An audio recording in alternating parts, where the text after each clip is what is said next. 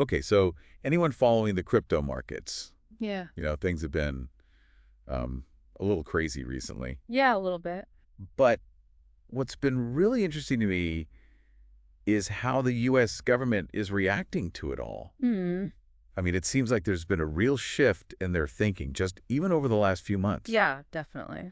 And so that's what we're going to deep dive into today. All right, let's do it. Specifically, we've got these excerpts um, about a new congressional working group focused on cryptocurrency. Right. And what struck me is that it's bipartisan, Yeah. which, in Washington, that's like finding a unicorn. Yeah, exactly. That just doesn't happen, especially with something as like kind of controversial as crypto still is. Right. So what is going on here? Well, I think you hit it on the head when you said there's been a shift in thinking. Okay. So, remember even just last year, it felt like the Biden administration was all about like cracking down on crypto. Oh, yeah, for sure. I mean, you had all these legal actions against like Coinbase and Binance. Right. All the big exchanges, Exactly. It seemed like the focus was really on like risk mitigation. fraud prevention. Yeah, all the bad stuff. Mhm. But now you've got this new working group and they're talking about fostering growth. Yeah, and not just like a little bit of growth, like they're talking about making the U.S. a global leader in crypto. Right. So what changed? That's the million-dollar question, isn't it? Yeah. I mean, part of it might be that the administration is realizing that crypto is here to stay. Okay. Like, it's not going away no matter how much they try to regulate it. Right. It's like trying to put toothpaste back in the tube. Exactly. And so maybe they're thinking if you can't beat them, join them. Hmm. But there's also something else that's really interesting about this working group. What's that? It's actually building on some of the stuff that the Trump administration started. Really? Yeah. So remember all that talk about a national cryptocurrency stockpile? Wait, hold on. A stockpile? Like the government's going to be hoarding Bitcoin?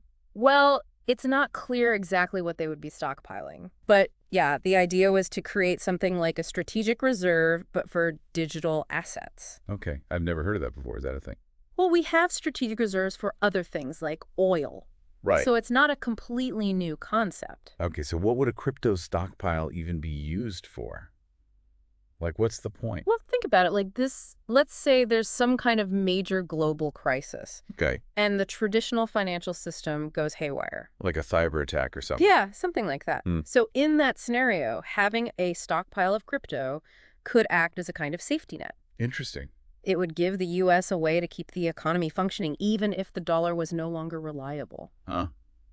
That's pretty wild when you put it that way. That's definitely a big idea. Okay, so we go from cracking down on exchanges to potentially stockpiling crypto. Yep. I mean, that's a pretty dramatic shift in policy. Yeah, no doubt about it. And it gets even more interesting when you consider who's involved in this new working group. Oh, yeah. Like you've got David Sachs, who is basically Trump's crypto and AI czar. Exactly. So you've got this direct link between two administrations that seem to have completely opposite approaches to crypto. And yet they're both kind of converging on this idea of a national crypto strategy. That's fascinating. It is. It really shows how much the thinking on crypto has evolved in a relatively short amount of time. Okay, so if the government is getting serious about crypto, then what does that mean for the industry itself? No, that's the big question, isn't it? Because there's this constant tension between regulation and innovation. Right. Too much regulation and you stifle growth. Yeah, too many rules and no one can do anything. Exactly, but too little regulation and you risk chaos. Like a Wild West all over again. Yeah, and no one wants that. But wait, isn't there an argument that clear regulations could actually be good for innovation? Oh, absolutely. Like if businesses know the rules of the game, they can actually play with more confidence? Right. They can make informed decisions, take calculated risks, and ultimately that can lead to more responsible innovation. Yeah, that makes sense. So the challenge for policymakers is to find that sweet spot. Okay. Enough regulation to prevent the bad stuff, but not so much that it kills the good stuff. So it's like a balancing act. Exactly. So just to recap what we've talked about here, Sure.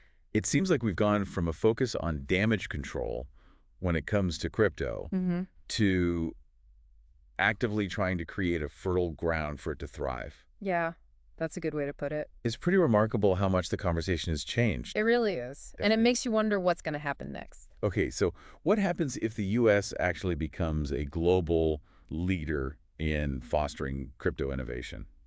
Right. Like, will other countries follow suit? Maybe. Or will we see, like, a fragmentation of the global financial system? That's a real possibility. So much to think about. Definitely a lot to keep an eye on.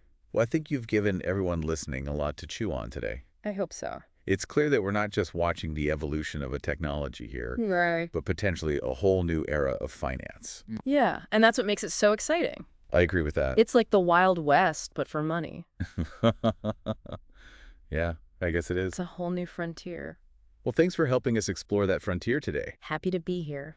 And to everyone listening, be sure to check back next week for another deep dive. See you then. All right, bye. Bye.